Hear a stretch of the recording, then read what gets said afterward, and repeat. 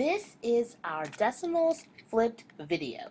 So if you have any questions, you can always contact your teacher, and feel free to contact us at any time if you don't understand something on the video. And remember, we will be learning this next week, but this is a preview to what we're going to be working on next week. So it's kind of like you're getting a bonus because you get to learn a little bit at home, and then you get to come to class to finish up your learning. So if you have any questions, you can contact your teachers, or you can ask your parents for help also. Feel free to use them as a resource.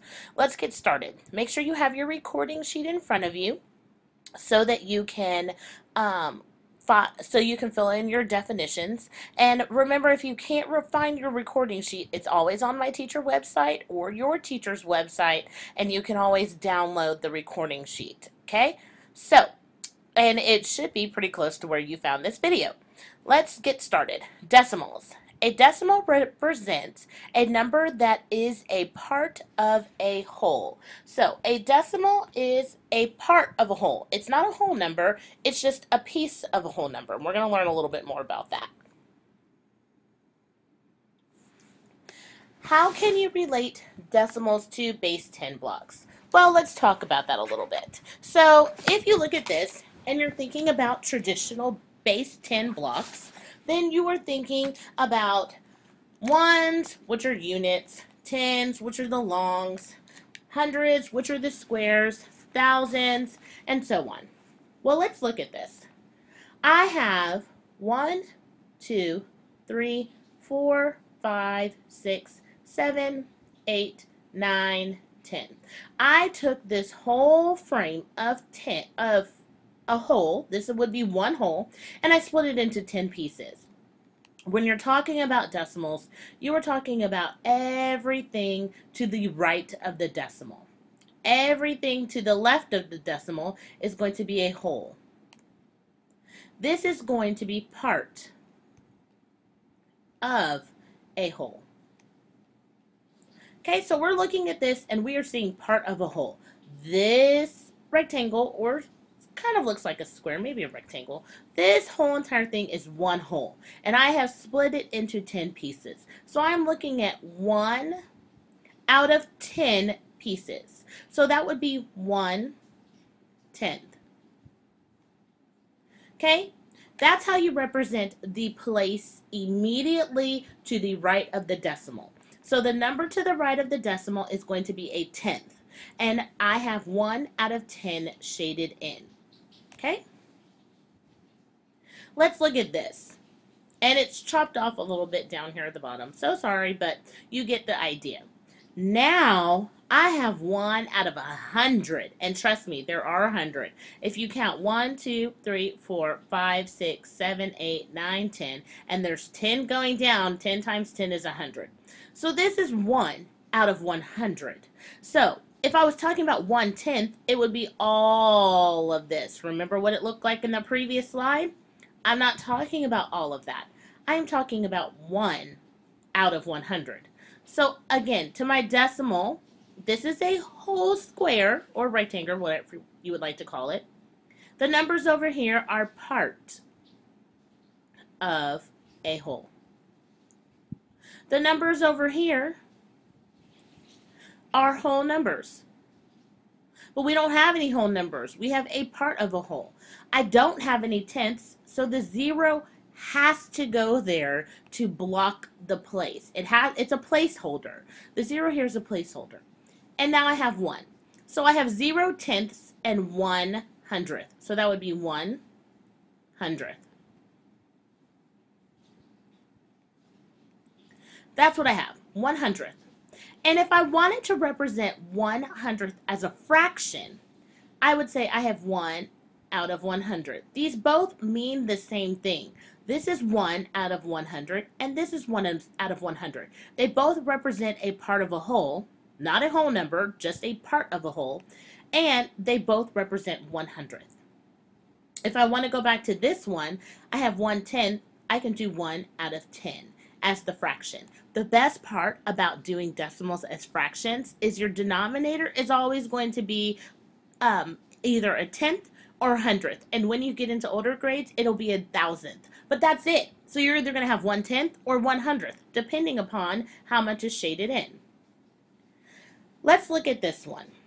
I have 1, 2, 3, 4, 5, 6, 7, 8, 9, 10. Again, I have 10 parts. I took the whole, I split it into 10 parts. 1, 2, 3, 4 of them are shaded. So I have 4 tenths. Or I have 4 out of 10 shaded. So that's 4 tenths because this is the tenths place. So that means that I have 4 tenths shaded. Part of a whole. Not the whole thing is shaded, just part of it is shaded. Let's look at this one. Now, you can pretty much do this easily because you know there's 10 here minus 2. That's going to be 8. So I have 8 tenths. No wholes. This is whole numbers. These are parts of a whole. If I wanted to represent that as a fraction, I would say 8 tenths. And I can write it. So that means I have 8 parts of a whole rectangle. I have 8 parts of it are shaded out of the whole entire thing. Now I've gone and made it tricky. This is one whole. So this is going to be the number 1 whole. This is 8 tenths. So now I have 1 whole and 8 tenths shaded. This whole rectangle is shaded in, and then there's 8 shaded. So you can represent whole numbers and part numbers whenever you're working with decimals. And then I can also do that as a mixed fraction. That means I'm using a fraction and a whole number. Here's the whole number, here's the fraction. 1 whole and 8 tenths. I can write 1 whole and 8 tenths. That is how I can represent this. Now I have some hundredths. So I can represent this in 2 different ways. This is 10, 20, 30, 40, 50, 60, 70, 71, 72, 73, 74. This is 74 hundredths, or I can write 74 over 100. So this both represents part of a whole, not a whole number, but part of it, 74 hundredths and 74 hundredths. But I can also represent it as tenths, because if you look at my tenths place, I have 7. So I have 1, 2, 3, 4, 5, 6, 7. I have 7 tenths, and then these 4 little hundredths over here. Okay? So, it's 74 hundredths. If I took away these 4 right here, I could represent this now as 7 tenths, or I can represent it as 70 hundredths. So 7 tenths or 70 over 100, because there's 7 long strips that are 10, or if you counted each square, there's 70 of them. Let's go to this one. I have 10, 20, 30, 40, 41, 42, 43, 44. So this is 44 hundredths. And I can write 44 over 100 because there's 44 out of 100 squares filled in. Last, let's represent, using hundredths, let's represent a whole number and a part of a whole. Here I have 1 whole, and I have 10, 20, 30, 31, 32, 33, 34, 35, 36, 37, 38, and 38 hundredths.